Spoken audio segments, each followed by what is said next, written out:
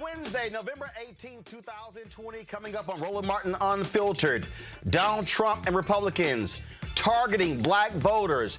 They are trying to keep black votes from being counted. In Wayne County, Michigan, where Detroit is, the Board of Canvassers initially deadlocked, then reversed their decision after they caught lots of hell. We will talk with a member of that board as well as the head of the NAACP in Detroit right here on Roland Martin Unfiltered. In Wisconsin, Donald Trump, they filed for a partial recount. What are the counties they're targeting? Where black people live. We told you the man doesn't give a damn about black people.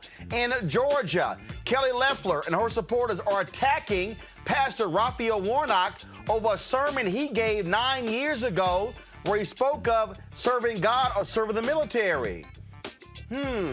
Are they trying to Jeremiah Wright Pastor Warnock? You bet they are. Also, we're going to talk about, of course, coronavirus, folks. What's happening here? Oh, the Trump folks acting like it's no big deal.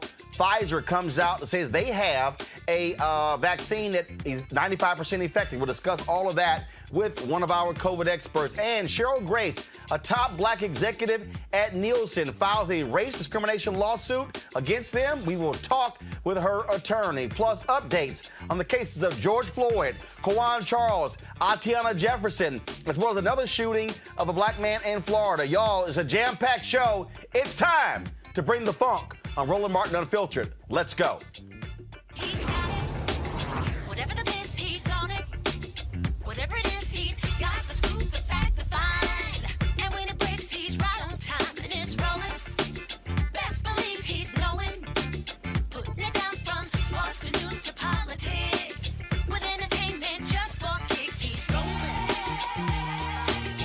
It's on go, y'all. It's Roland Martin, rolling with Roland now. He's funk, he's fresh, he's real, the best, you know he's Roland Martin now.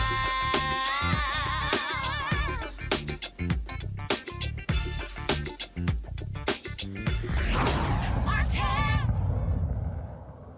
I have told y'all on numerous occasions, do not trust Donald Trump and the Republicans when it comes to black people. Guess what? They are showing their true colors. Everywhere they're complaining about voting is where black people vote. They've complained about Philadelphia. They complained about Atlanta. They've complained about Milwaukee in Wisconsin. They've been complaining about Detroit in Michigan. And what happened last night as we were signing off the show, 2 Republican members of the Wayne County Board of Canvassers, it's a 4-member board, deadlocked, saying they were not going to certify the results. In fact, the Republican on the board even said, oh, we'll certify them except for Detroit. Sounds to me like they were talking about black people. Now, when the vote was taken, the deadlock vote 2-2, oh, Republicans were rejoicing. This was Sean Hannity on Fox News last night. Sean, I've just got to get to you with Michigan, which you mentioned there as you came to me. I held up these papers, these affidavits, 234 pages of sworn affidavits under penalty of perjury. These by are the way, from Kaylee, one county. What did CNN say about when you held them up on this program? Didn't they accuse you of holding up blank sheets? That's right. They did about a 10-minute monologue saying these were blank. They're not blank. In fact, these pages of paper from one county were the reason that you had a county-level Wayne County canvasser say we cannot certify this election because of these witnesses. They're real people. And one reporter tweeted out, this is the first time in my 20-year history I've ever seen something like this, a county commission refuse to certify. It's because for the first time, you have a president fighting for the forgotten men and women in Detroit and Philadelphia and Democrat cities across the nation. Well, guess what? After a huge outcry, I'm talking about massive, Wayne County came back and re-voted. Unanimous decision to certify the results. All counties in Michigan have now done so. They stipulated, though, that they wanted the Secretary of State to actually do an audit to talk about these discrepancies in voting. Yeah, that was fine, but guess what, y'all? Last night, there was a public hearing, and folks got to speak on this issue, And man, Ned Stabler went after. He's the first of all, the president and CEO of TechTown and vice president for economic development at Wayne State University. He went off on the two Republicans, name checking them. All I'm saying is, my man Ned, drop the mic. Play it. We also know that the Secretary of State and the Attorney General have already tweeted out that your legal arguments are rubbish and you're going to lose when it comes to court. So we're not worried about that at all. I'm also not worried about any of your, things are bad so we can't certify arguments, because that's just ridiculous. You certified in August when they were worse. Less than 50% of the ballots are recountable. Now over 72% are. 58% of them are even balanced when it was less than 30% last time. So it's doubled. It's gotten way better because the Secretary of State actually jumped in and did her job, unlike you. But I know it's not going to change your opinion. You talked about not certifying Detroit, even though you acknowledged that Livonia, a city, by the way, I know you know is 95% white, had bigger variances than Detroit, which is 80% black. We understand, and you now added your name. So I'm not going to try to change your mind. I just want to let you know that the Trump stink, the stain of racism that you, William Hartman, and Monica Palmer have just covered yourself in is going to follow you throughout history. Your grandchildren are going to think of you like Bull Connor or George Wallace. Monica Palmer and William Hartman will forever be known in southeastern Michigan as two racists who did something so unprecedented that they disenfranchised hundreds of thousands of black voters in the city of Detroit because they were ordered to.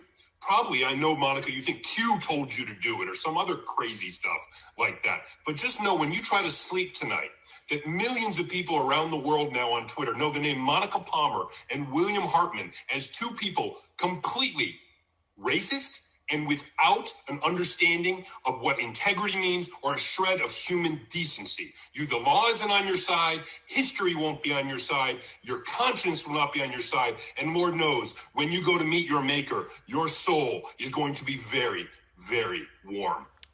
Ooh. Y'all, Ned, you can come to the cookout. Joining me now is Jonathan Kinlock, his vice chair of the Wayne County Board of Canvassers, and Reverend Wendell Anthony, president of the Detroit NAACP. Glad to have both of you. First of all, Jonathan, this is utterly ridiculous. This is a clear targeting of black people. That's absolutely correct. It was astounding that someone who would even be able to curve their mouth to say, let's certify this election, excluding the votes in the city of Detroit. Let me just say this. Under Michigan election law, an out-of-balance precinct is not reason enough not to certify an election. Our job is to certify what isn't. If we find some precincts that are out of balance, we're able to put them in a report and along with the certification. It was just amazing to hear the public during the public comment portion of the meeting, basically educate my fellow board members on the importance of voting and the impact of what they were doing. I clearly did not expect when we started the meeting that these board members would cave into the pressures that I know that they have been dealing with over the past week. You had lawsuits after lawsuits filed every morning in the city of Detroit since the election because Donald J. Trump cannot accept the fact that the people of America have put his reign of terror to an end. The thing here, again, the brazen attempt, Reverend Anthony, to discredit black voters. This is not just in Detroit. Donald Trump and his minions and Rudy Giuliani and all his thugs and their imps talking about voter fraud in Philadelphia. What does that mean? Black people. Today, the Trump folks, they filed a partial recount in Wisconsin. One, they can't afford to pay for the full recount. It will cost $9 to $10 million. So now they want to do a partial recount. Where? Milwaukee and Dane County, where 75% of all black people in Wisconsin lived. This is a direct attack on blackness by Republicans. I couldn't agree with you more, Roland. It is a nefarious, treacherous, corrupt assault on the African American vote. When you look at where they are trying to purge and squeeze the vote out, it is in black cities. You named them: Philadelphia, Milwaukee, Detroit, Atlanta. All of these are areas where black people have flourished and are casting their ballots to vote. An interesting thing about this is that they're not saying stop the vote, discredit the vote, where they are winning and have won. They're saying it where they have not won and are losing. It is a solution in search of a problem. It is the worst example of gangsterism. And that's what I called it. It's a gangster move. It's a thug move. Donald Trump makes Al Capone look like a choir boy. When you look at the kind of strategic alliances that they have built, if we were in another country, Roland, we would call this a political coup. That's what it would be. You have the top military people being discharged. You have the head of the elections cyber security commission being fired. You have the head of the national security team being fired. You have the head of the post office slowing down the mailing system. You have long lines of 13 hours in black precincts around the country being extended. You have gerrymandering going on in black communities. You have a president who is refusing to acknowledge the oncoming administration and saying, I will not leave unless I'm declared the winner. If it looks like a coup, smells like a coup, operates like a coup, then my God, it must be a coup, a political one. And the reality is that black folk have fought too long, suffered too much to be turned back now. What we saw in Wayne County last night, and I want to thank Jonathan and his colleagues for standing strong. What we saw was the onslaught of the people who said, hell no, this won't go. The people stood up and articulated their concern. They did not charge the folk outside of Detroit who had more issues than the city of Detroit with needing a recount or needing an audit. They only wanted to deal with the city of Detroit. If that's not blatant racism, if that's not a nefarious attempt to disenfranchise a segment of the population, I don't know what is. One of the members of the team of canvassers has on his Facebook page, William Hartman, pictures of former President Barack Obama. He is portrayed as a thief, as a Muslim, and nothing is wrong with being Muslim. He is being portrayed as a pirate in a very dehumanizing and disrespectful manner. So if that's the way the guy thinks privately, you know what he's going to be doing publicly when it comes to giving and accounting the vote. But let me say this. No matter what they do or how they try to cheat on the gate or reduce the vote, on January the 20th, 2021, at around 12 o'clock noon, a man is going to take his left hand and put it on the Bible and take his right hand and put it in the air. And his name is Joseph R. Biden. He'll be sworn in as the 46th president of the United States, and for the first time in our nation's history, a sister who was an AKA, who went to Howard University, will be sworn in as the first African-American woman vice president of these United States of America. Now run and tell that somebody. Jonathan, I'm sitting here looking at, go to my iPad, folks. This is a thread by someone. They said, wait until you hear how William Hartman told the Zoom participants that he was picking white people to speak because he didn't know how to pronounce other people's names. Now that he got called out more than once for it, he keeps making people who aren't white pronounce their names. He's just been told this is still being live streamed on Facebook. Now he's being told off for lowering people's hands on Zoom instead of letting them speak. And Monica left and isn't even listening to them more. They muted themselves. I mean, these people, Jonathan, have just no regard for the voters. They have complete disregard for black people, and for Monica to actually say, "Oh yeah, we'll certify it as long as we can keep Detroit out." What?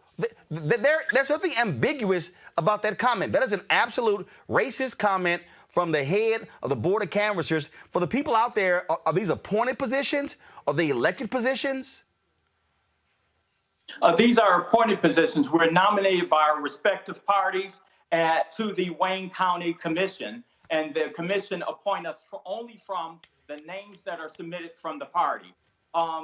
These individuals, it just, like I said, it was astounding to see them in action. But you got to understand, and you know this as a black man, that white folks don't understand the journey that we have taken in this country to be able to obtain the right to vote. And so I had to call her away from the meeting to basically explain to her what you did. We got to correct this. We have to correct this. It is our duty to not put out into the public, put out into the world that we in this county and this board are comfortable with just have a total disregard for 800 and some odd thousand votes. I mean, it made no sense for them to have voted initially to not certify this election. But let me tell you this: the people stood up. The people showed brought shame on the actions of the board. And from what I understand, they are continuing even unto this day, contacting these board members, showing their outrage. No. Let me just tell you, they are still going to have to respond to a number of stakeholders in our community. So yes, the action was corrected on yesterday. Yes, I got to recognize them for even listening to the comments and changing that vote. Because I'm gonna tell you something. It would have been a horrible page in history for us to go on record as to have a total disregard and disenfranchisement of 800 and some odd thousand votes. But more specifically, we know Donald Trump is targeting black communities, but more especially black Detroit. That was what that was about. But Roland, that is why it is so important for us to stay in the case.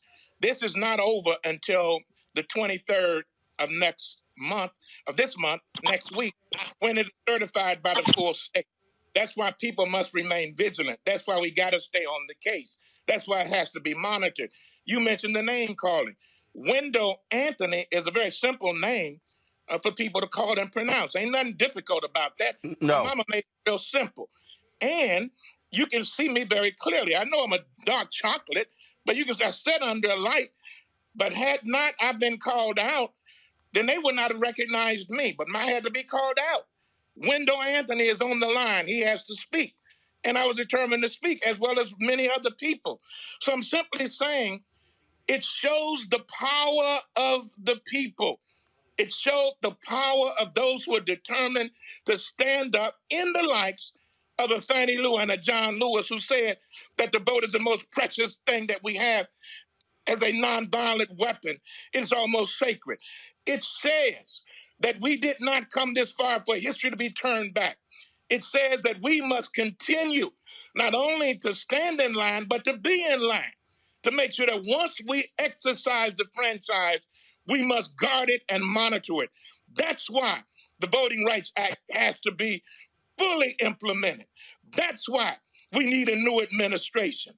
That's why the voting and the necessity for programs such as yours to get out the information to the people is critical for such a time as this. We ain't going back. I say it all the time. I ain't going back to the plantation. I've come off. I ain't going back. Before I'd be a slave again, I'd be dead and be buried in my grave and go on home to my God and be free. I ain't ready to go home yet. So therefore, I'm going to keep fighting the good fight. And I encourage everybody else to do the same thing. Well, we certainly think that y'all on the front lines, Jonathan, certainly let us know if there are going to be people moving against these two, trying to get them removed from this board of canvassers because their actions here are certainly despicable and they need to be replaced. And the Republicans in Wayne County definitely should be put on blast and called out for standing with these two at all times. We appreciate it. Thanks a lot. Thank you. All right, folks, again, I told you what's happening there in Detroit. I'm going to bring up my panel right now. A. Scott Bolden, former chair, National Bar Association Political Action Committee, Robert Patillo, executive director, Rainbow Push Coalition, Peachtree Street Project, Long Victoria Burke, NNPA, writing for NNPA. Scott, we told you about that was Wayne County, but again, the Trump campaign, they have now filed this partial recount in Wisconsin, specifically targeting 2 counties where black people make up 75% of all the people in the state. This is not even an accident. This is them saying we believe that black people are involved in voter fraud and we want to stop this. That's what this is. These are white racists in the Republican Party who are targeting black people, period. Well, you're absolutely right. There's only one way to look at it. And even if the Republicans say this is race neutral, this is where the Democratic votes are, it's got nothing to do with black people, the disparate impact is on black people, which is just as bad under the courts and other court cases. But there's something else. Even after the election, the Republicans are engaged in voter suppression. Think about it. That now that the votes have been counted, you can only look at votes cast, votes counted, and whether they were registered. And unless you have widespread fraud in one of those 3 areas, you're not going to win in court. And remember, the 4th component of that is it going to make a difference in the outcome? Wisconsin is really interesting because under Wisconsin law, if it's on the outside of the envelope or the mail-in and there are discrepancies or there are mistakes or you can't read it, that if you use reliable government information, that you can count that, you can open it up and count that vote, right? The Republicans have paid $3 million to challenge that process and say it's illegal and corrupt, even though it's the law of the state of Wisconsin. And so again, that challenge and that $3 million is a complete waste, but his enablers are not prepared to walk away yet because of those 2 Senate seats in Georgia. I'm sure we're going to talk about that a little later. These folks are beyond despicable, Robert. They are showing their true colors. And you know who's real quiet, Robert? All them black MAGA people. I ain't heard Jack from Angie Stanton. I ain't heard Jack from Paris Denard. Nothing from Bruce Lavelle. Nothing from Lil Wayne. All Candace Owens. All the black people. Brandon Tatum. I ain't heard Senator Tim Scott. Nothing. Burgess Owens, Republican who just won out there in Utah, not a damn word, nothing. They told me they've been trying to reach you, Robert. Nothing, Robert. Well, Bruce sends his regards. I talked to him earlier, but first of all, no, he don't. You know damn well Bruce don't send his regards to me because he's scared to bring his ass to this show because he know what's going to happen. But they're quiet. This is a direct attack on black voters, and they are quiet. Well, I think this is Republicans showing their true colors, that when it was time to do the dog and pony show, do crowd surfing in the audience, do the diamond and silk type show, they're fine. They'll bring their black friends out. But when it's time to actually count the votes, when it gets down to the nitty gritty, they know where their bread is buttered. They know that suppressing the black vote is the best way to win. We don't have to guess about this. The Speaker of the House in Georgia, David Ralston, said that if Democrats we do mail-in voting and allow people to vote, then Republicans will never win another election. Ted Cruz in Texas Texas, said that if you allow people to fully vote, they won't be able to win the state anymore. Donald Trump said that if you have this level of voting, Republicans will never win another election again. They are losing the demographic battle in America. David Duke has been talking about this for 25 years. Beyond that, they're losing the ideological battle, because if you poll people, if you look at the public opinion polling, public opinion is firmly on the side of raising taxes on billionaires, on Medicare for all, for environmental policies that preserve our environment for future generations. So we know what the American people care for. We know what the manifest weight of public opinion is. They are trying to win by working the rest. This is exactly what we see in failed dictatorships, where they try to hold on to power despite not having the mandate of the people or the consent of the governed, as de Tocqueville would say. So what we have to do is ensure that in all these states, we know they're not going to win. It will take if Donald Trump found a magical causeway to win, then we need a convention of the states to redraw our constitution, because the system is too broken to go forward if that's possible. If you can win Alaska, Georgia, North Carolina, Pennsylvania, and then another state, all while losing 7 million in the popular vote, then I don't think we can go forward as a republic. But what we have to understand is this is the Cassia Belli, this is the raison d'etre that we need in order to have a new voting rights set, to empower Section 4 and Section 5, to have state-level voting protections put in place to modernize our voting system, so that every single election we're not depending on recounts and recounts after the recounts and audits to know who the true winner is. This is that zeitgeist moment, that iconoclastic moment in American society and history, where we have an opportunity to really change the future for the remainder of this century, and we have to grab that bull by the horns and do it. Look, the reason I keep calling these folks out, Lauren, because they don't give a damn about black people. Donald Trump, their little fake platinum plan, that aluminum foil plan, don't give a damn about black people. We're real clear. And this is evidence. This is direct targeting of black people, black voters. Yeah, it's a joke. They're trying to win by just straight up brazen thuggery now, because that's all they've got. They've got to cheat to win. They keep losing the popular vote. The Republican Party just keeps losing the popular vote over and over again. There's a push on, of course, to decide the election, the national election, by popular vote and not electoral college. That happens, it's really over. But watching them lose Georgia, and then, of course, they had to sit back and understand the fact that what won it for Biden was black people. Everybody knows that, right? It was Detroit, it was Milwaukee, it was Atlanta. The fact that Biden won by a margin 13 times greater in Michigan than Trump did against Hillary doesn't seem to faze anybody. The idea that they were going to somehow flip, 1 million votes or 800,000 votes, that somehow was going to happen is just complete fantasy world. It's not surprising, given that Giuliani is behind this. Is the same Rudy Giuliani that racially profiled over 1 million black people in New York when he was mayor. And then Mike Bloomberg came in and did the same thing. This is what they do. They invalidate black people. They act as if black people don't matter. Somehow those votes are not valid, or somehow those votes are not as important as everybody else's. This is a game that they play. They'll continue to play it. They'll continue to lose it. And which was proven, of course, by Georgia. And that's the thing that should really scare them. And, I think they're going to be scared again in January because that they can't, they've got to change what they're ideologically doing. And the Republican Party refuses to do that. They just keep doing the same thing. So they've dug their heels in now. And now it's just brazen thuggery, just cheating. That's what it is. And I guess they expected people to sit there. I guess Bill Hartman and Monica Palmer expected everybody not to say anything. Are they kidding? But the Reverend was right. Until this is certified on the floor of the House, everybody's got to remain very vigilant, because the Republican Party as we know it right now, is getting increasingly desperate. And really they're just sort of not really a political party anymore. It's sort of just a group of people who just does whatever Donald Trump says. And that's it. Well, to get a sense of how desperate they are, look how desperate they are in Georgia. They've been attacking Pastor Raphael Warnock, and they're trying to Jeremiah Wright him. They've been sending around, and I've seen it from Dinesh D'Souza to Nikki Haley, Tom Cotton, Marco Rubio, all these people here.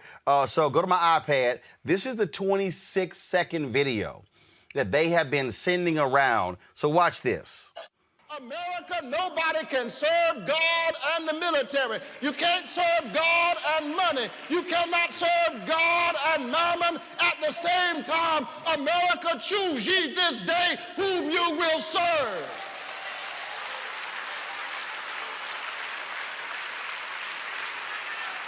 Choose ye this day. Now that's it. That's the clip. No other context. Oh, they've been trashing him, saying he's against the military and how dare he, and Georgia voters. So Nikki Haley actually, so I'm going to show you the attack ad they put out. Y'all play the video. This is what Nikki Haley and the Republicans are now using to attack the faith of Pastor Raphael Warnock. Watch. How bad is Raphael Warnock for America? Let's count the ways. Raphael Warnock is a proud defender of anti-America pastor Jeremiah Wright. That's right, this guy. No, no, no. Not God bless America. God damn America. Warnock's response? We celebrate Reverend Wright. He is a preacher and a prophet. Warnock even called police gangsters and thugs. Police power showing up in a kind of gangster and thug mentality. Warnock's church hosted a love fest with communist dictator Fidel Castro. And Warnock signed an anti-Semitic letter accusing Israel of apartheid and supporting boycotting Israel.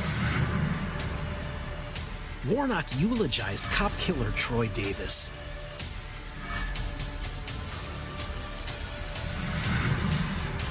Warnock supports socialized medicine that would end private insurance and put government in charge of health care decisions.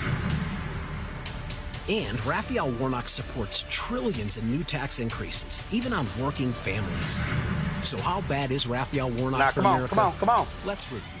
All right, I can bail out of that crap. Now, I want y'all to show what they did there, Robert. First of all, they put all the black stuff up front, and they put the taxes and the health care stuff at the back. They throw in there that he gave a eulogy to Troy Davis. I didn't realize it was against Christianity for pastors to give eulogies to folk who died. But I guess for them, it doesn't even matter. But there's a video that somebody sent me. First of all, I'm trying to get my hands on the full sermon so we can have the sermon in context. I had to do the exact same thing when it went after Reverend Jeremiah Wright. But y'all watch this. Republicans not going to show y'all this video. This here is a video of Raphael Warnock welcoming to his church a Republican named Johnny Isaacson. Who is that? Oh, that's the Republican who was a U.S. Senator from Georgia before Kelly Loeffler. This was at Ebenezer Baptist Church. Watch. He and I are friends. We've had a good relationship and good dialogue across the years. He's a father and a grandfather. He's here with his lovely wife, Diane. Stand up, Mrs. Isaacson. We're glad to see you, Mrs. Isaacson. She said, yes.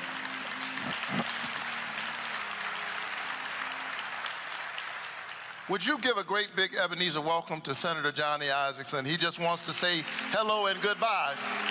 We're grateful for his service.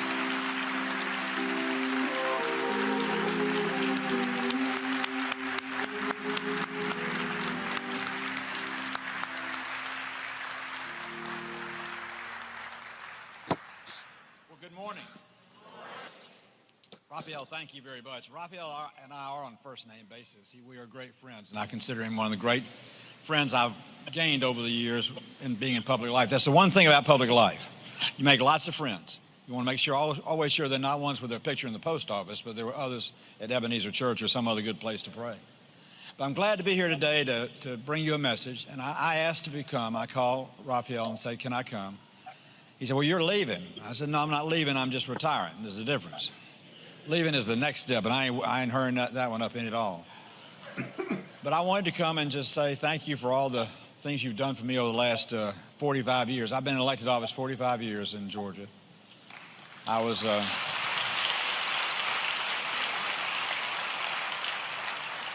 born here in 1944, And I've been here ever since, and love this city and love this place and love all of you.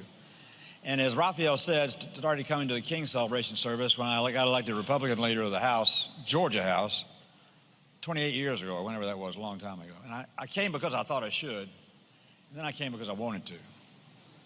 And I came because my bladder could handle it. It is a long time to sit through, that's sure. But I come to tell you three things. One is chairman of the Veterans Committee in the Senate, as a veteran myself. How many veterans do we have in the congregation today? Raise your hand. Thank you. Thank you. For all of you who notice, that's more people proportionately that are in any other church that have served in the service. Less than 1% of the people who serve in our military today service is protecting us. Less than 1%. And they're all volunteers. Think about that. The greatest of this country is in large measure because we can depend on them at any point, any time, any place, no matter what somebody does. And just yesterday in Pensacola, a terrorist killed an American airman. They're in his second year of training. Another wasteful shooting on an institutional campus somewhere in our state. We've got to make sure that stuff stops. And as long as I have a breath in my body, whether I'm in elected office or not, I'm going to do everything I can to see to it that we get end violence in our schools, end violence in our shopping centers, and our Walmarts, and our churches, and everything else. Taking a life is taking a gift from God to us, and we should never, ever. So, Robert, here is a Republican U.S. Senator standing with Raphael Warnock talking about veterans and military service, but the Republicans want to say Warnock is against the military.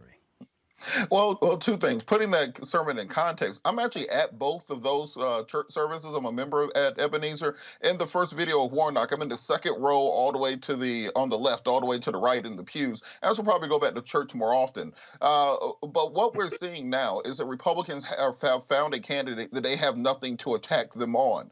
They found somebody who's nearly squeaky clean, who's really lives the life that we want our pastors to live, and therefore they have to make up things to run against them on. The same thing that happened to President Obama, where you have to attack Jeremiah Wright's words, not his words, actually. And this goes towards a continuous battle and destruction that white evangelical Christians have launched against the black church. They only believe you should be Christian when you agree with them, when you're preaching the same word as them. You cannot share your own individual lived life experiences as Jeremiah Wright did or as other pastors have, and that's why they attack them. Meanwhile, Franklin Graham or Billy Graham or Pat Roberts can say whatever they feel like, and that's off limits. So let's understand what this is. It's an attack on the black church and the body of Christ within the black community. And I think that has to be remembered on January the 4th, or more so on December 14th when early voting starts, or even right now when you can start requesting your absentee ballots, or all the way until December 7th when you can register to vote in Georgia. Because we cannot stand to have Republicans attacking the body of Christ in the name of Christianity itself,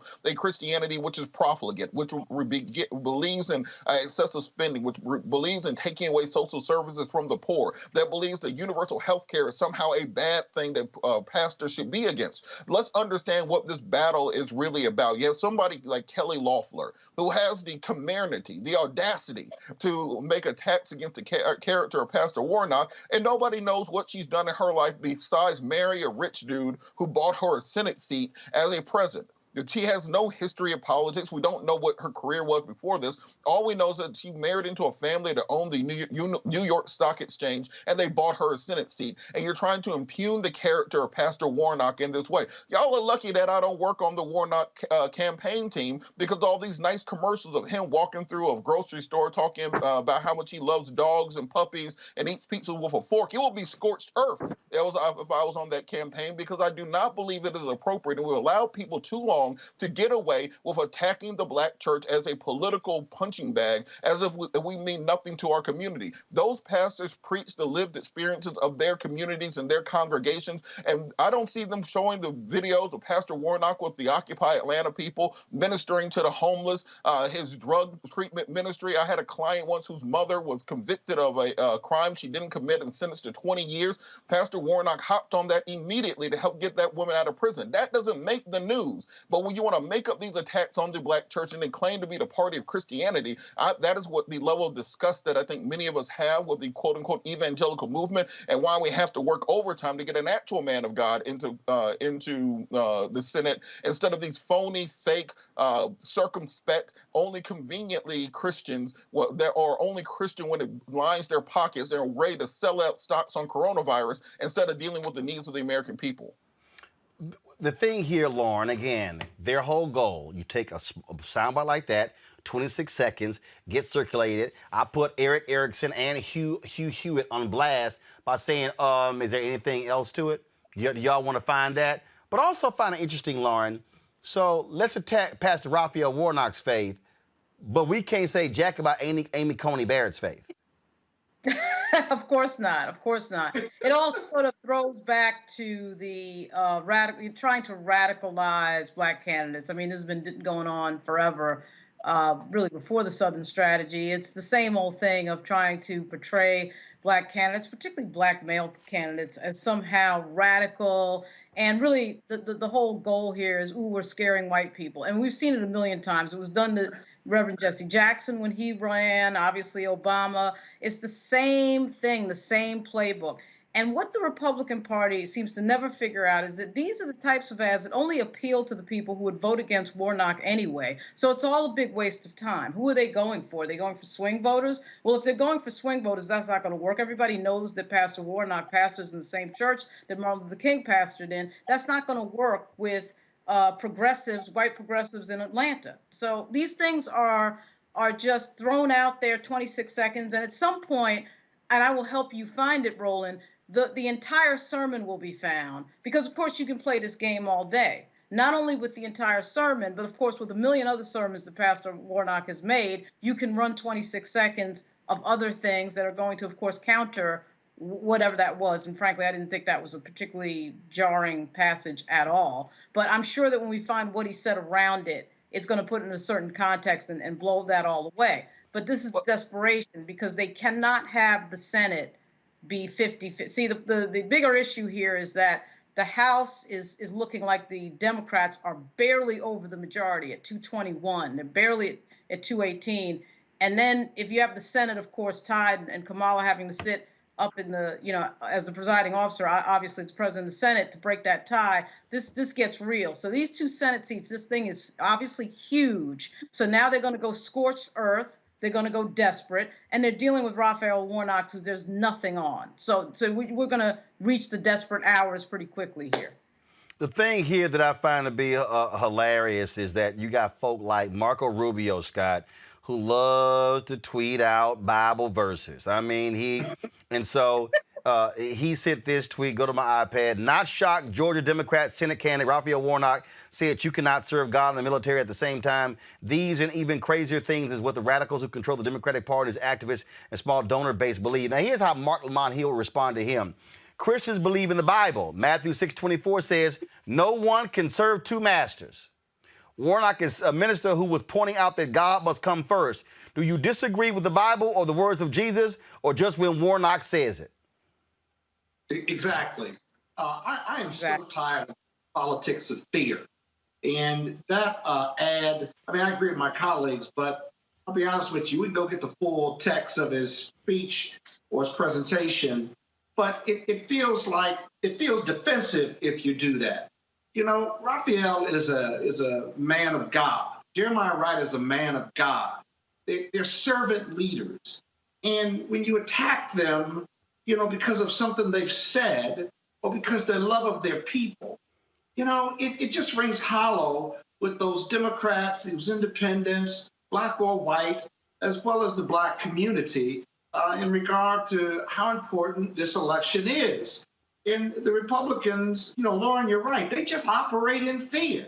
They don't have anything else to operate in because the numbers are against them. And so I think Raphael Warnock has got to stand on his own. He can defend himself, no doubt about it. But remember, while it was close, Georgia is a purple state.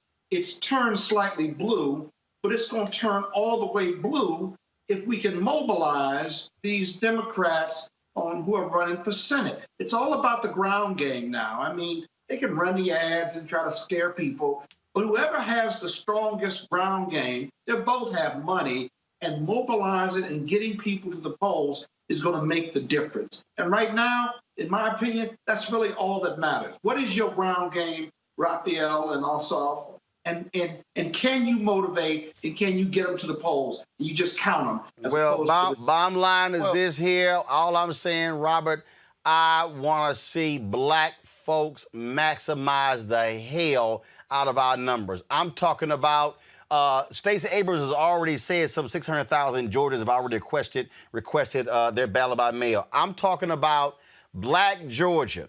Black Georgia, I'm talking about if you want to send a signal, if you want to tell them what y'all trying to play this game with Reverend Jeremiah Wright and in these sermons, you hit them with so many votes, they going to look up and say, oh, my Lord, has there been an exodus? What's going on? That's how you respond to white Republican hate, Robert. Well, on that point, remember, I was at that sermon. What Pastor Warnock was saying, replaced the word military with militarism, that you cannot serve both God and the God of militarism, that you cannot both serve God and a profligate economy that does not care for the least of these. He was making very clear biblical points, and that's why they took it out of context. Even on the conversation about police officers, where they say he called police thugs. No, he calls the police officers who beat and kill people thugs. Not every police officer, the one bad apple. Now we all know that. But again, their goal. They know they dumb followers can't read.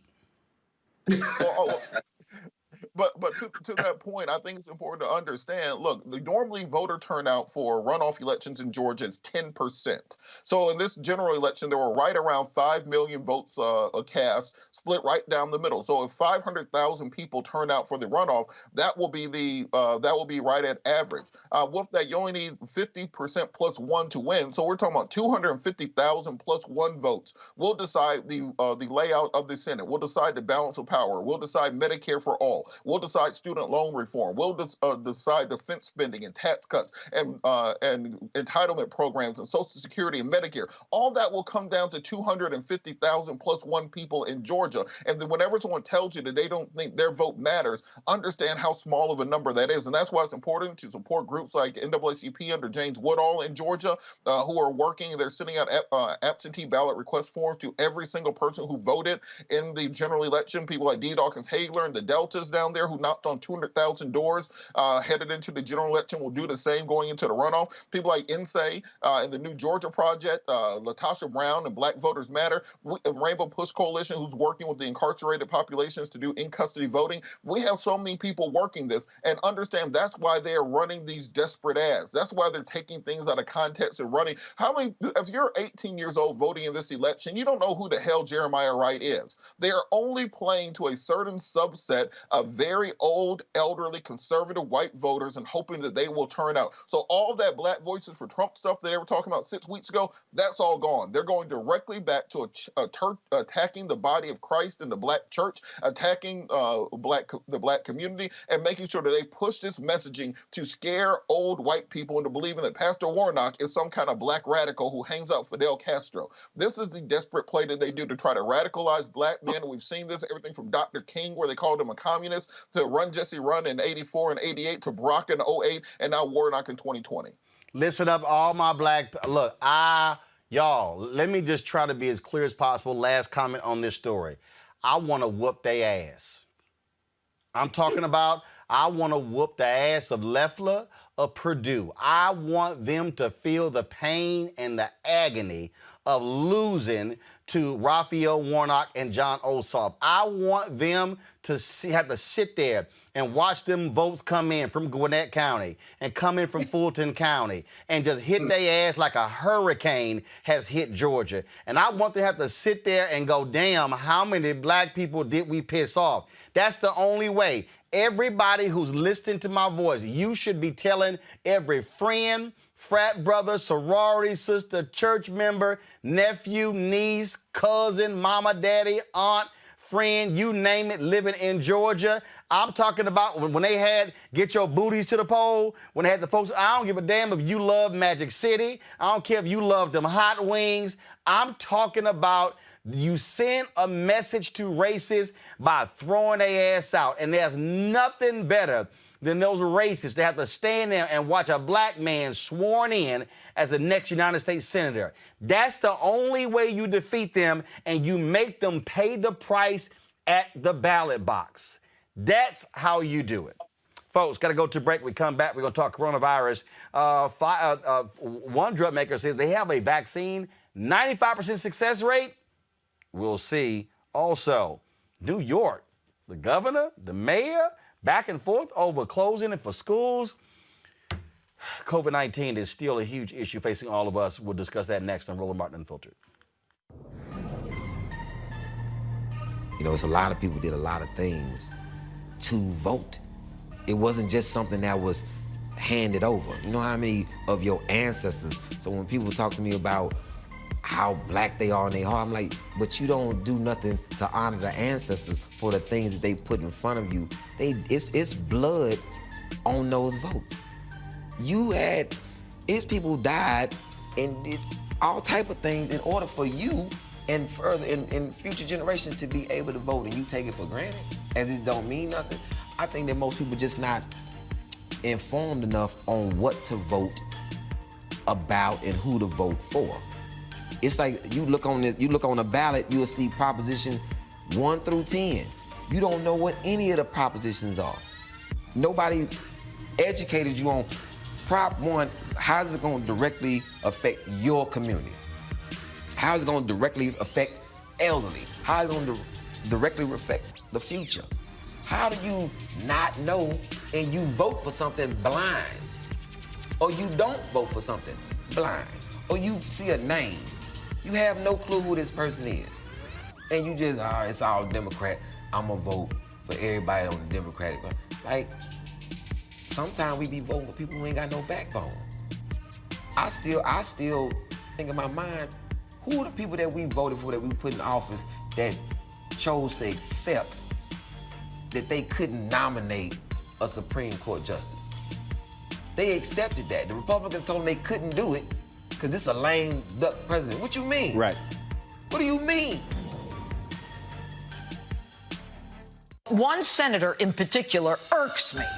A Senator Kelly Loeffler, not elected, but appointed just a couple months ago. Records show Loeffler and her husband, whose company owns the U.S. Stock Exchange, sold stock valued between $1.3 and $3.1 million. Kelly Loeffler bought and sold stock shortly after a classified briefing on the virus. They knew the market was going to tank, and they sold based on that inside information. Some of the holdings she shed were in energy, automotive, retail, and airlines. Look, Marie, it's not just what she sold, but it's actually what she bought. They bought things like Amazon, Citrix Systems, company that obviously was going to do well during a shutdown. While still reassuring citizens that the U.S. was prepared. We have Americans across the country who have seen their 401ks plummet. Were you trading on inside information about what was coming? Folks, this woman is knee-deep in the swamp, and she just got there. Don't y'all know how I love how they only use Fox News clips in that whole commercial there? Way to go, Midas Touch. All right, y'all, as of today, there are at least 11.5 million cases of COVID-19 in the United States. At least 249,000 people have died as a result of the virus. 1,707 new COVID-19 deaths were reported yesterday. That's the highest daily death toll since May. Medical leaders are urging Trump to share data with President-elect Joe Biden, but that hasn't happened yet. In fact, they're not going to do it. That's how callous and despicable they are. Now, Pfizer and Moderna both have vaccines that they say have reached highly effective levels, and Johnson & Johnson expects to have one soon. The Secretary of Health said today he expects a COVID vaccine will be available by the end of December. By the end of December, we expect to have about 40 million doses of these two vaccines available for distribution, pending FDA authorization, enough to vaccinate about 20 million of our most vulnerable Americans, and production, of course, would continue to ramp up after that. We've paid for the vaccines. We've worked to ensure that administration costs will be covered by private insurers and the federal government through Medicare, Medicaid, and our program to cover COVID-19 costs for the uninsured. So no American will face an out-of-pocket cost for getting a COVID-19 vaccine. Now, until then, states across the country are doing what they can to crack down on the spread of the virus. Today, New York City, which has the nation's largest public school system, announced it will close schools starting tomorrow. Take a look at what Mayor Bill de Blasio said about that. No one is happy about this decision. We all, in fact, are feeling very sad about this decision because so much good work has been put into keeping the schools open, opening them up to begin with. Let's start there. Opening the schools when almost no other major school system in America opened, making them so safe. But we set a very clear standard, and we need to stick to that standard. And I want to emphasize to parents, to educators, to staff, to kids, that we intend to come back and come back as quickly as possible. Things got a little feisty at the news conference with New York Governor Andrew Cuomo when a reporter specifically asked him about those school closings. A red zone in Brooklyn and Queens, and we closed the schools? Don't you remember that? It was 3 weeks ago. Okay, so what are you talking about? What are you talking about? You're now going to override. We did it already. That's the law. An orange zone and a red zone. Follow the facts. I'm still confused. Well, then you're confused. I'm confused. And then I'll tell you what, Jimmy. Parents are still confused as well. The schools Oh, they're not confused. Tomorrow. You're confused. No, I think Read parents the are law. confused as well. Read the law, and you won't be confused. But Governor, follow Jimmy's question. Are the schools going to be open tomorrow? The schools are open by state law. But will they be open tomorrow? That's the question. I think Jimmy's correct in asking that question. I don't think it's obnoxious at all. Well, I don't really care what you think. Of course, you agree with him because you're in the same business with him. The schools, by state law, well, what is the answer to your question? Well, joining me now is Dr. Tyson Bale, critical care and infectious disease specialist at the University of Virginia. Dr. Bale, Lord, look, it's frustrating. It's frustrating for so many different people. Parents are going, look, our school's going to be open, they're going to be closed. Like, we have to do distance learning. It's all kind of stuff. But the thing here that I keep looking at, that I keep trying to explain to people as well, is we're talking about folks who are still dying. And we're talking about, I mean, look, I've been reading some of these threads and listening to these nurses and doctors who are quitting the business because they said, I've never seen this much death in a short period of time in my career. You're exactly right. We have over 1,500 people who died recently from COVID-19 in one day. And at the rate that we're seeing now, with over 150,000 cases per day, we can expect that number to go up to over 3,000 per day. It's an absolutely monumental amount of people that are suffering. And to be honest, I did not think that we would see numbers like this. It reflects the approach that the administration has taken to the vaccine or the COVID-19 virus, coronavirus, that there's going to be hands off and focusing on developing and therapeutics, but ignoring the public health measures that keep people safe in the meantime. So there is good news on the vaccine front, but we're in the midst of a crisis right now that's really exploding out of control. And that's really, again, the deal here. I saw this tweet earlier where the governor of Alabama, she goes, I'm not shutting everything down. We're not going on lockdown. And you know what? Here's the thing.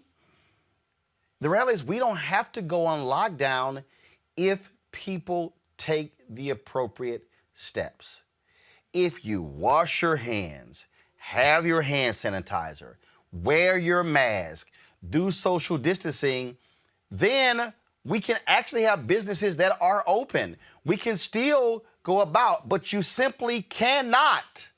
You can't say, I want to do whatever the hell I want to do, but also stay open. Right. What's interesting is that the people and the leaders that have been resistant to these measures approach it as if it's one or nothing or all or nothing, that you either have to lock the entire economy down or you have to be completely restrictive and no mask wearing, no social distancing or whatsoever. The real strategy to keeping the economy open, to keeping kids in school, which you see is so contentious right now, is to marry these with the public health measures, like you just said. And if we can do that, then we can actually avoid these prescriptive lockdowns that we're seeing. But if cases are going to keep going up like this, we have no choice but to do a strict lockdown. The fight between public health and the economy doesn't have to be in opposition to each other, as long as you understand that, with one you have the other. And it's really frustrating to see that our leaders are either really falling on one side or the other here. So when we look at these numbers, now we have the Biden team complaining that the Trump folks are not offering them any support at all and making it much more difficult. We now also have the latest when it comes to these companies with regards to a vaccine. One says 95% effective, very little side effects as well. So again, they're saying, fine, they'll be ready by December. But the bigger problem is then going to be, how do we get folk to actually take it? Speak to that. What do you think has to happen in order for us to say, yes, it's safe, it's real? I think people in the community that folks trust need to get out in front and advocate for vaccinating our community. I can speak personally for myself in seeing the process and the science that's gone into the vaccine development. I've not personally seen anything that makes me hesitant to take the vaccine. And I do take direct care of COVID-19 patients, and I will be in kind of that first priority for getting the vaccine. Based on what I've seen so far, I have no reservation being first in the line. But the point here is that the administration has lost complete credibility when it comes to communicating information about what people should do around the vaccine, particularly when it comes to the Black community, because we've seen how they've acted around this. But I want to separate that out from the actual approval process, which involves the FDA, the Vaccine and Biological Related Products Advisory Committee, which are made of career scientists and respected authorities that are outside of the government and respected medical schools and healthcare institutions across America. They're the ones who ultimately make the recommendation for an EUA approval or not for the vaccine. So provided they see the data, they think it checks out, it's safe, it's effective, then they make that recommendation, and it's outside of the political pressure that the administration is putting on to speed this up. So if we can get that message out and get trusted people in the community to disseminate it, then I think we have a little way of getting penetration the way that we need to in the community. All right then. Well, and also, one of the things that we'll be watching out for, the federal government is going to be spending a lot of money on messaging as well. We want to make sure that money goes to Black media and they don't bypass as well. So, Dr. Tyson Bell, we certainly appreciate it. Thanks a lot. Thanks for having me, Roland. All right. On that particular point there, Scott, this is going to be a significant issue when I talk about coronavirus. We got to make sure that our people are indeed being a part of that. We know the games that they're going to play when it comes to freezing us out. And the bottom line is there's going to be a major, millions of dollars spent on messaging when it comes to this vaccine. And then last thing I want to see is, frankly, Black media being ignored. But we also have to, this is where also Black health experts are going to be so important in communicating to our people about this vaccine. It's going to be a massive effort. Given our cultural history with vaccines and the tests that have been done on Black people historically at Tuskegee and otherwise, it's going to be a massive effort. We are a frontline group that needs it the most, along with the police and healthcare workers, no doubt about it. But we've got two challenges. One, getting it into our community, building trust in that community to take it, and then being able to administer a number of that 40 million doses we're supposed to have at the end of the year, getting it to people so that we can define some type of new normalcy. That's going to take a lot of communication, a lot of marketing, and Black leadership in those communities, not only taking it, but showing that it's safe and showing that it's necessary to move our community forward. And so it's a lot of work. Getting the vaccine approved is one thing, distributing is another, and it's vitally important to beating this pathogen. We simply, look, at the end of the day, no one trusts this administration, Robert. Don't care. They don't trust him. And frankly, thank goodness, as these companies are talking about the vaccine, that we are moving away from these nuts in the White House. Because frankly, if Trump had won again, I don't know who in the hell would have taken that vaccine. Yeah, I think you're right because there has been no trust built with the American people. You have to listen to some of the Black health experts, people like Dr. Leon McDougall, the National Medical Association, Dr. Deborah Verholden, chief epidemiologist at Michigan State University, and other individuals who are part of the community. And we also have to demand from the Biden administration that they put these individuals on that coronavirus task force. It's one thing to simply farm out these things to Black institutions and Black universities and Black healthcare experts. It's another thing to have them at the table. We know for a fact that our communities have been struck hardest by this virus, so we need to make sure that the people who are conducting these tests and these studies, the people who are delivering the messaging, the people writing the policy, the folks distributing these dollars, that if you're going to be investing billions of dollars into virus, not just the vaccine, but also the treatments, the therapeutics, and the development of PPE and so on and so forth, make sure that money's going to HBCUs and to Black contractors and Black businesses. There's no reason for us to just simply accept this as being an emergency and be happy for the emergency to be over. We need to be put in the exact same position as everyone else if we're going to be expected to take the vaccine. And the best way to do that is have Black people and Black institutions as part of developing and creating these vaccines and therapeutics. Lauren, this is going to be, I think it's going to be a clear battle. I think with the Biden people had better get used to. They better get used to the fact that they're not going to have any cooperation whatsoever. I think what they're going to do is they're going to wait to the last second.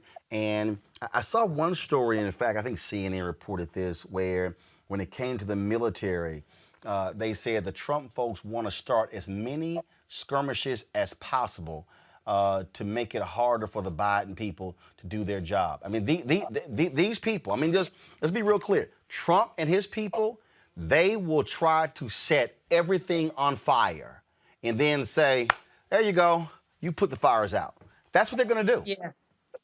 Yeah. Well, we of course knew that some version of this was going to happen. I'm not too sure that we thought it was going to be this dangerous, where he was going to withdraw troops from Afghanistan and literally, deliberately try to undermine Joe Biden in that way using our military. But I guess, we know Donald Trump is crazy. We understand that. And we know that in 63 days, everything is going to head in another direction. But of course, we have to wait for him to get out of there. I mean, the man is dangerous. He's crazy. And, you would think that some of these Republicans sitting in there, particularly the ones who say they care so much about the military, would have said something already with regard to the troop withdrawal in Afghanistan. But this is like such a dangerous person. And we're sitting here at an extremely dangerous time that nobody says anything on the right, just nobody. So it's just left up to the loyal opposition of the Democratic Party fighting and basically trying to message against Donald Trump. But it is really scary to sort of contemplate how many people say absolutely nothing, just nothing about the fact that, he's dangerous. And you're right, Roland, I can't, it's nothing, there's really not much more we can say. We have to wait it out, unfortunately, until 63 days from now. The fact that we've sat here for 8 months and watched 250,000 people die, and he's done absolutely nothing except go back and forth to the golf course, that right there has been crazy. But it continues, and I guess we shouldn't be surprised at this point. Well, so I think what we also have to do is, and Reverend William Barber spoke about this in his sermon on Sunday. And I get the Biden people. I get them talking about not wanting to pursue investigations of Trump. I get them talking about unity. I get them talking about turning the page. But I think what Reverend Barber said here is exactly what we should be saying and articulating. Press play, folks. There were some people praying for a political change in the presidency. And now that there is a change, have y'all heard them on the news? They are saying, we just need peace. We just need healing. We need to get back to normal. Really? We need to get back to when we all were just getting along. Now, when was that? When really now? Really? Come on. When was it that we were all just getting along? When did that ever happen in America? Huh? Then they say, well, we just need to get back to compromise and have peace. That's the conversation now, compromise. And this is why we can't heal, because some want a false healing. That is the perception of peace. They want folk to get in the back rooms and slap backs and shake hands and agree to things that make them feel good, but never addresses the needs of the people. And some things you can't compromise on. That's what got us in trouble in this country in the first place. We compromised with slavery. We compromised with the humanity of black people, and the church said it was okay. Too much of the church. We compromised saying women didn't have a right to vote. Y'all hear the number this week? They said the number now of the Mexican children that have been lost and can't be found is 666.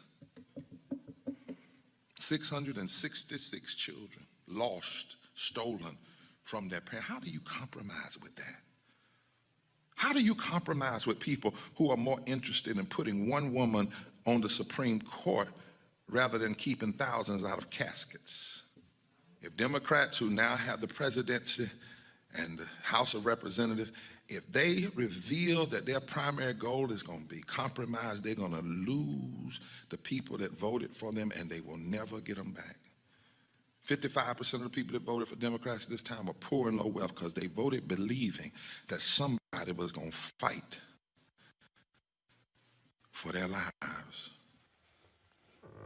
Robert, is he right? Correct. What this usually ends up being is, we saw this in Obama's first term, where he came in with a clear mandate from the people, his hope and change, the fierce urgency of now, I'm going to heal this planet, and then he ran smack dab into Claire McCaskill and Joe Manchin and other Tester and other centrist Democrats, and that's how we ended up with a watered-down Affordable Care Act that was doomed from the beginning because there was never a public option included, there was never a single-payer option as part of it, and we ended up with watered-down Democratic legislation which was meant to keep seats like Arlen Specter in their hands to make sure that you still had that majority in the Senate and to maintain the House, which they still ended up losing during the Tea Party Revolution in 2012 and 2014. So what you have to do, if there's anything that you learn from Trump and from Trumpism, it is that you dance with the one that brought you. You make sure that your base stays with you and you make sure you satisfy them and don't mollify the other side, but rather you put forth a bold agenda. I think there are a lot of black folks who voted for the first time in this election that we are not having a conversation about reparations this time in the spring. They're going to be very disaffected that we're still not talking about real and true police reform, not simply, oh, the cops can only beat you on Monday and Wednesday. We're not talking about wholesale changing qualified immunity, changing the ability to prosecute cops for the actions they take. Then you're going to have people that you're going to lose for a generation. If you look at that Black Voices for Trump generation, those people who are out there with the MAGA hats on, if you talk to them, to a person, those were Obama supporters in 2008, if they were old enough to be so. So the same people who voted for Obama, who volunteered, who knocked on doors in their first elections in college, were so disaffected by the lack of what they saw as being big systemic changes taking place that they abandoned the party completely and started running around with MAGA hats on. That is what you risk doing if you don't put forward a progressive and strong agenda for the people who brought you here, and people aren't going to stand for it this time. Yeah, but Lauren, they cannot play the go along to get along game. They come in to watch what's happening right here, to watch the absolute silence by Republicans, to watch them abdicate responsibility and let Trump do what he's doing right now, and they say nothing. No, hell no, I can't play with any of them. Right, that's right. And not only that, that was the same thing that happened. Robert, I thought you were going to say this. You know, when Obama got in there, you know, there was a push to sort of go after Dick Cheney and Halliburton and all the contracts involving the war. And then, you know, Barack Obama decides to be a nice guy and not pursue any of that. That's nonsense. That is nonsense. I mean, the first order of business should be to go after anybody who was ripping off tax money during this administration, which is almost everybody in the Trump family. And if the Southern District of New York doesn't try to do it, DOJ sure as hell should try to do it.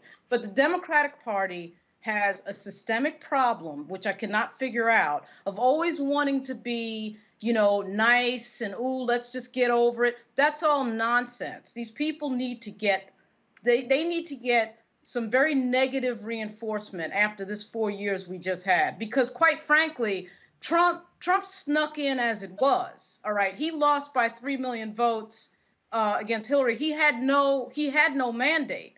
Then he gets in here, he breaks every law in the world. Nobody does anything about it. And then when the Democrats do get control and power, they decide, oh, you know what? No big deal.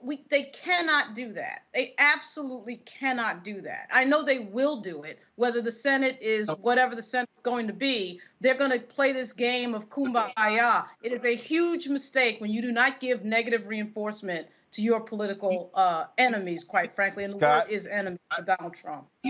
You cannot compromise or cut deals with political gangsters until you fix the damage. Yes. Right.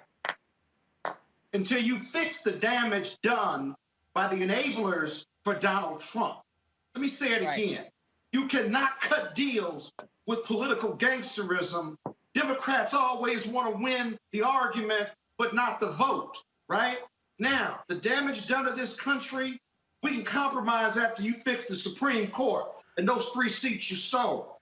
We can compromise after you fix this economy and stop people dying from COVID. And remember, I'm talking about the enablers, because we knew what Donald Trump was going to be, but the enablers allowed him and empowered him to do the damage. We can't compromise until you find the parents of those 666 kids who came across the southern border.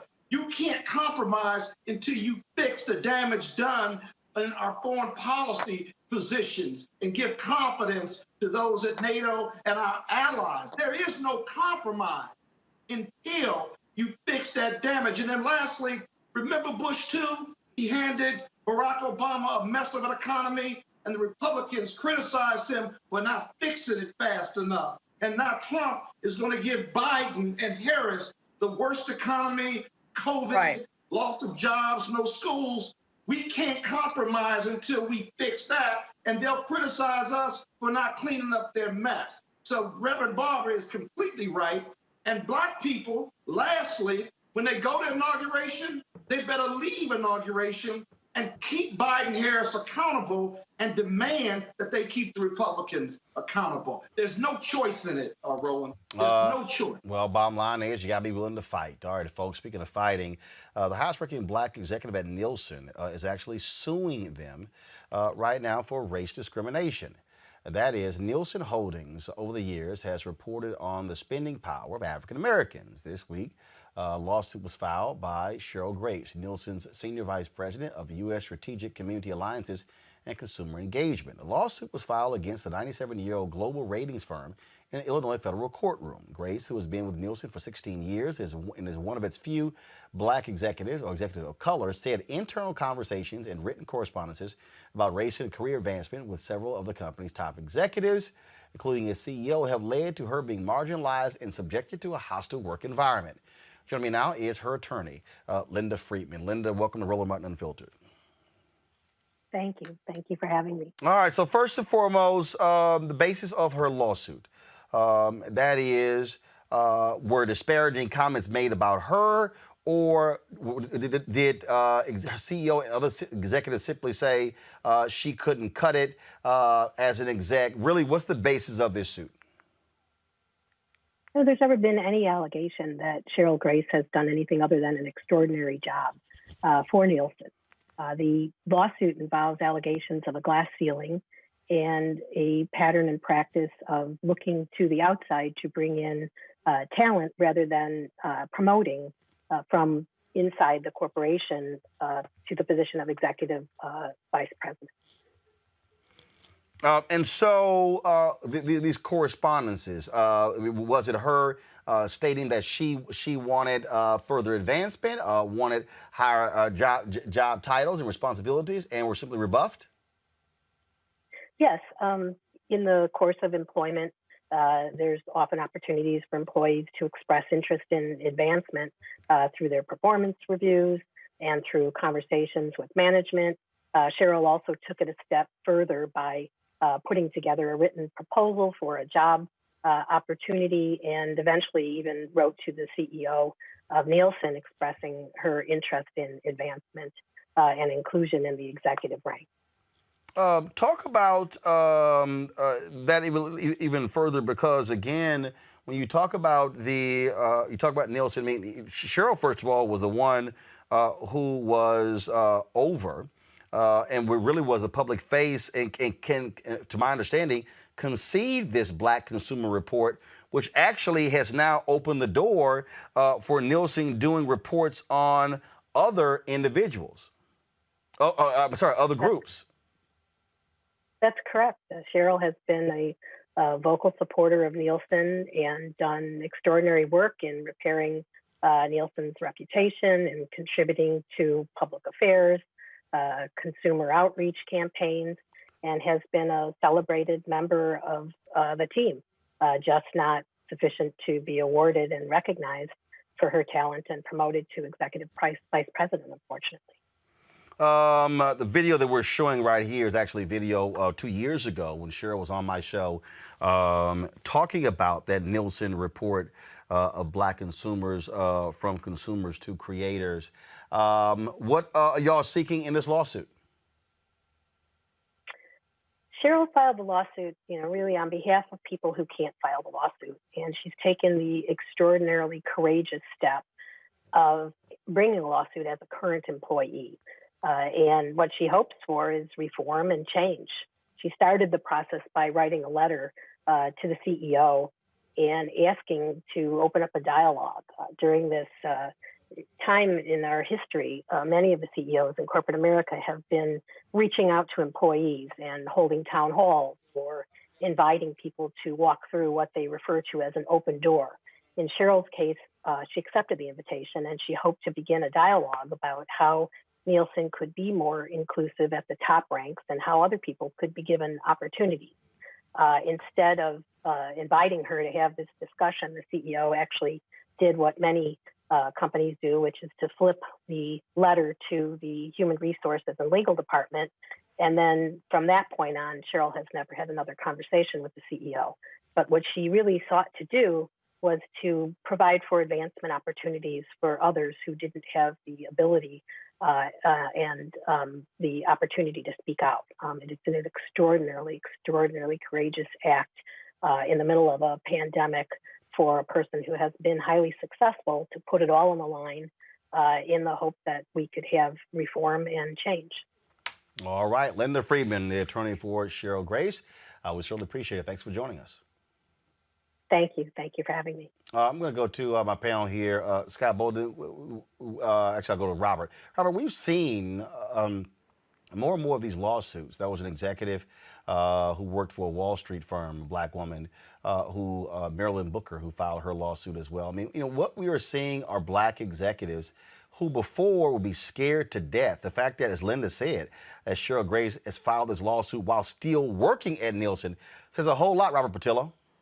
Well, you're absolutely correct. One of my certification in law school was in the labor and employment law, and part of what employers attempt to do in situations like this, it make employees feel as if they should be happy to have the job they have in the first place, particularly in executive leadership, as if you are blessed, and they'll use the coronavirus or use unemployment or use whatever it takes to dampen that. And I think it's very courageous to launch this sort of suit, and I hope that it gives other people the energy and the belief that they can do the same. And let's understand, we do need to start looking into the patterns and practices at many of these media organizations, because what you see on television is directly attributable to those ratings. So the reason that you see very little Black news on television is because the Nielsen ratings say that that's not what sells, and therefore no advertising dollars go into that, and therefore the networks do not put that on television. If we want to change the depiction of African Americans on television, it will come directly through the ratings, and having an African American in a position of power to make those decisions, to fact check and to ensure that we're being properly represented, has a direct impact on the images that go into our television screen. So we all need to make sure that within our own corporations and jobs that we are doing our best to also root out systemic racism and oppression and glass ceilings as they exist, and to root out and make sure we're creating a system by which everyone feels that they have an equal opportunity to prosper, and to create the American meritocracy that we're all led to believe exists. This is, again, Lauren, this is the story I was referencing. This is the other story. Go to my iPad, folks. Marilyn Booker, this is from the New York Times. She spent 16 years as Morgan Stanley's diversity chief. Now she's suing. Marilyn Booker says she was fired in December after she tried to persuade executives to eliminate barriers to success for Black financial advisors. Let me I mean, this is the thing that, again, we're seeing, and frankly, more black executives. At the end of the day, you know what? If folks like that, like Cheryl Grace, don't hold these companies accountable, if you're an African American who's in a lower position, they're not going to listen to you. Yeah, that's true. I'd imagine that you could probably file this type of lawsuit at almost any media company, any place, not just financial companies or Nielsen. I mean, just any media company. And because all anyone would, of course, have to do is go through the hiring numbers for the last 10 to 15 years. And what they're likely to find is not too many African Americans at the top ranks of the company. There's certain media companies, many media companies, that still have never had an African American person in charge in a position where they are deciding the content of what ends up on the air, which is the real power at these companies.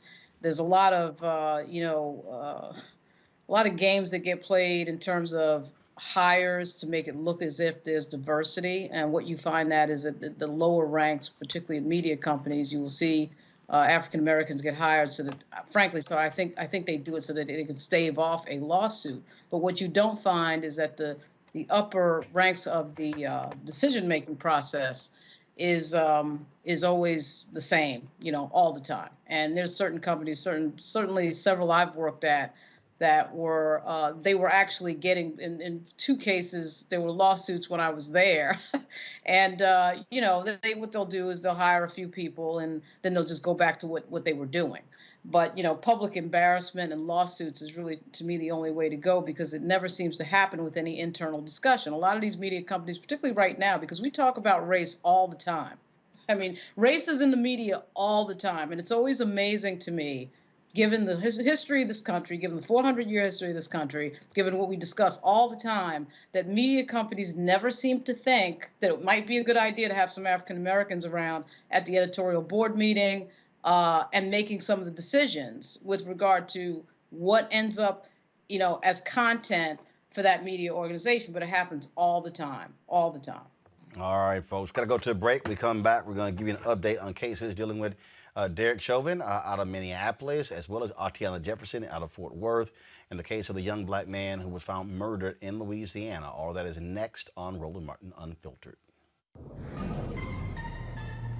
Well, it's very difficult to really educate the public on, how Congress really works and how legislation is developed.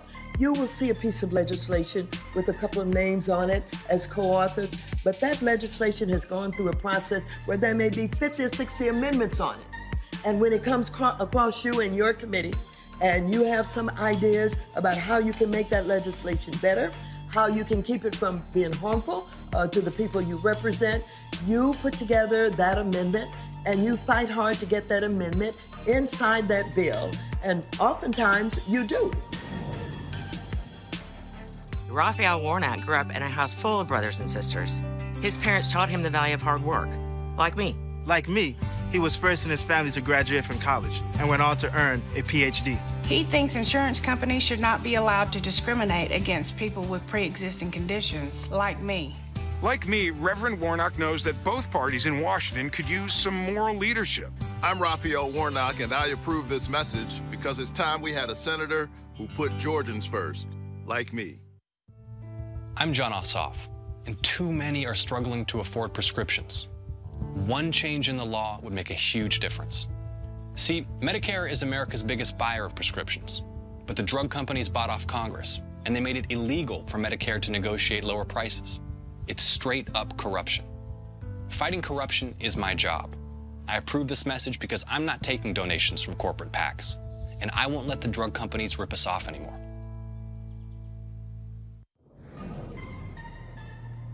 When you have the platform in entertainment, I do believe it's important to use it, because the same people that will buy the movie ticket or stream the album or go and support the book, they're the same people. They're voting for what they want to see in entertainment. And now, to me, it's about using the platform to say, hey, it's not just about an entertainment vote, it's about a vote that actually is going to affect the very trajectory of your life.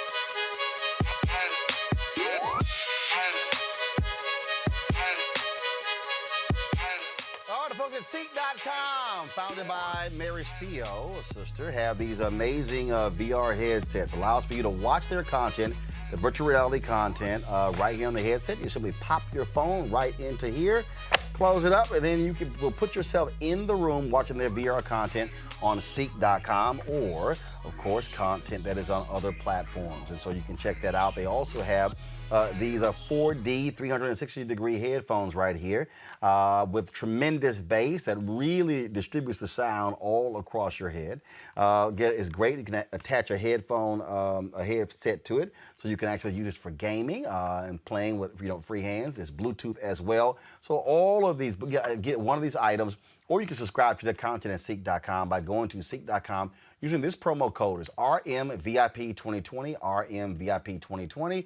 These, of course, could be some great headphones coming up for birthdays, Christmas, you name it. And so if you want to do that, just go use the promo code right here, RMVIP2020, RMVIP2020, by going to Seek.com. And we certainly appreciate them being a partner here with Roland Martin Unfiltered.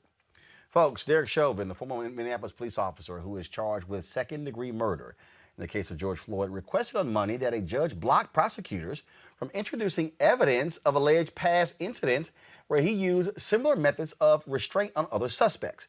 Prosecutors want to cite 8 incidents from Chauvin's 19-year career as a Minneapolis police officer to show a pattern of excessive force and behavior similar to the encounter that left George Floyd dead. Now, an update on the case of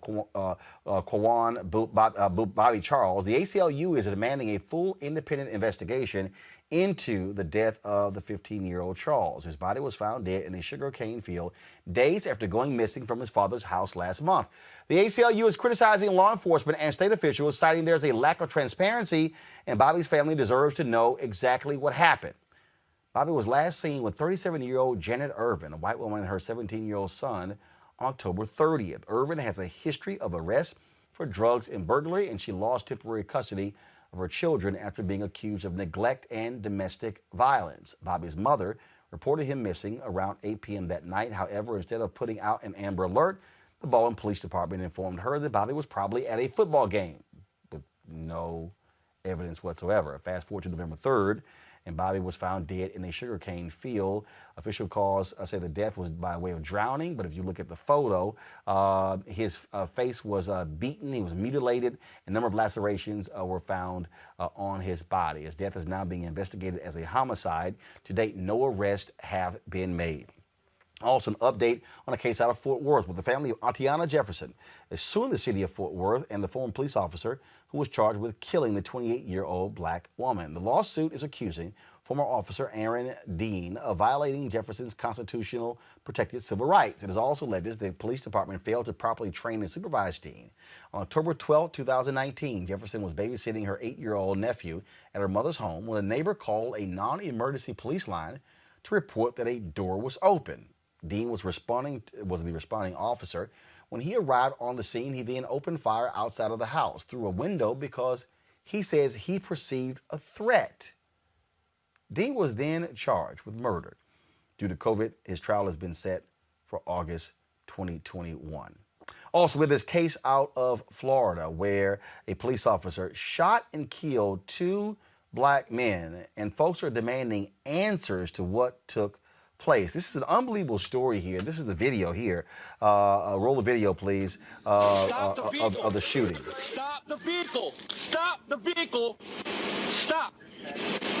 1033. Stop the vehicle, goddammit! Stop! Stop!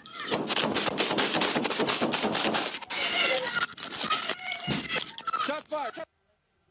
Now, this particular police officer, okay, Japhet Santiago Miranda, he has felony gun charges, burglary, and domestic violence charges that have been filed against him. Now, he says he was forced to shoot for his own life. This is more of the dash cam video we're showing you right here.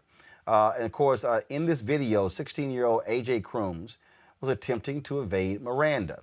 He was ordering him to stop. He fired, and then he killed Crooms and also 18-year-old Sincere Pierce. Both of them were in the car. Now, again, this deputy has a very is an awful history. In 2008, he was found guilty of burglary to a dwelling as well as aggravated assault. This year, Miranda was charged with domestic violence with children on April 20th.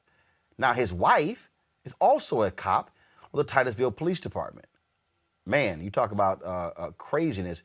This took place in Brevard County there in Florida. Robert, when you see that video there, when you see again, when you hear, first of all, officers, they all know now. All I got to say is my life was in danger. That's all I need to say. That's all I need to say.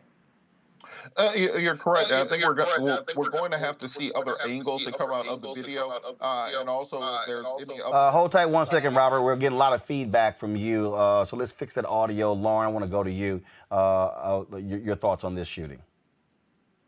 Yeah, I think what Robert was about to say is right. I mean, we do have to see, I think, a little bit more. You know, a lot of jurisdictions, the police are trained that if you do not explicitly obey the orders of the police, they have the right to, and they feel threatened, they have the right to use deadly force. And so I think that's probably what we saw there, but we're kind of seeing only one angle of it. But, we see so many of these videos, just as the weeks go by. I think in general, there needs to be new thinking about policing generally in America. There's sort of a warrior cop mentality that's sort of taken over the profession. And frankly, I think it's a big mistake by the national FOP to not stand against the idea that it's okay to just give guns, easily to everybody who wants a gun. I think that's made the profession of policing much more dangerous. And it's always surprising to me that the police profession does not come out for more gun control, quite frankly, because they're the ones whose lives oftentimes are at risk because of that.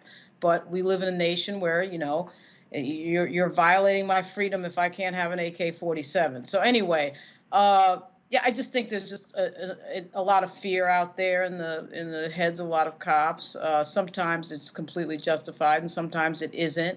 But it unfortunately is a profession where you do go out and have to encounter negative activity by people a lot, and I think when that's in your mind a lot, it's going to impact you on the job. And until we try to confront and get some answers to those difficult questions, we're going to see these videos over and over again. Go right ahead, Robert. Well, I think this is one of those times where you have to look at this question of police training, because we need to see more videos, more angles, and more witnesses, of course. But you have two officers responding to what turns out to be some high school kids, some teenagers on a joyride, making bad decisions. Why are they out of the car with weapons drawn instead of simply blocking the car in and waiting for backup to show up? Why are you trying to stop a car on your foot or on your feet instead of being in the car that you just got out of? This is where police training and the value of human life has to come in, because they always talk about being in fear for their lives, but they never talk about what they did to put themselves in that situation while following improper protocols to do so. And this is the issue that we have with this idea of not having federal standards for policing, having a sliding scale across the country where some places you have to have college credit and hours of certifications. Other places, anybody who is willing to take the badge is given the badge and given the gun. We have to have a wholesale conversation on how exactly we reform policing in this country so that we're not seeing these images on a daily basis. Because if you travel the world, you'll notice this doesn't happen in other countries. This doesn't even happen in what we call dictatorships or oppressive authoritarian regimes, where you're seeing people killed by the government on a regular basis. And that has to stop. It needs to stop now. That's the mandate of this election. That's the mandate of the racial reckoning of 2020. Again, look, when you see these stories, it is shameful when you see them. And when you come back to see, again, you see how these cops react. We know the games that they actually play, but I'm trying to figure out if this guy has this kind of record and domestic violence act, April 20th, why in the hell is he still in the force? Why is he still on the street? Now he's administrative leave. Why was he on the street? Well, as I said, a wholesale across the country, we have very differing standards for police officers depending on city, depending on jurisdiction, often depending on department. So often when cities are going through a cop shortage where they can't find people to fill out the force, they will lower the standards necessary to become a police officer, lower testing requirements, lowering criminal records and backgrounds in order to simply fill out bodies. And it always ends up in having negative police police interactions because they do not have the proper training, do not have the proper background. They do not have the proper vetting to carry such a heavy duty, and we always find out in the worst ways possible.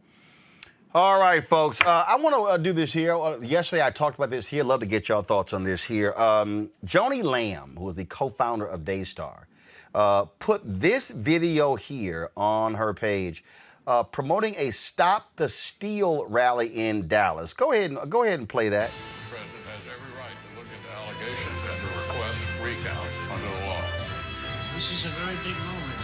This is a major fraud in our nation.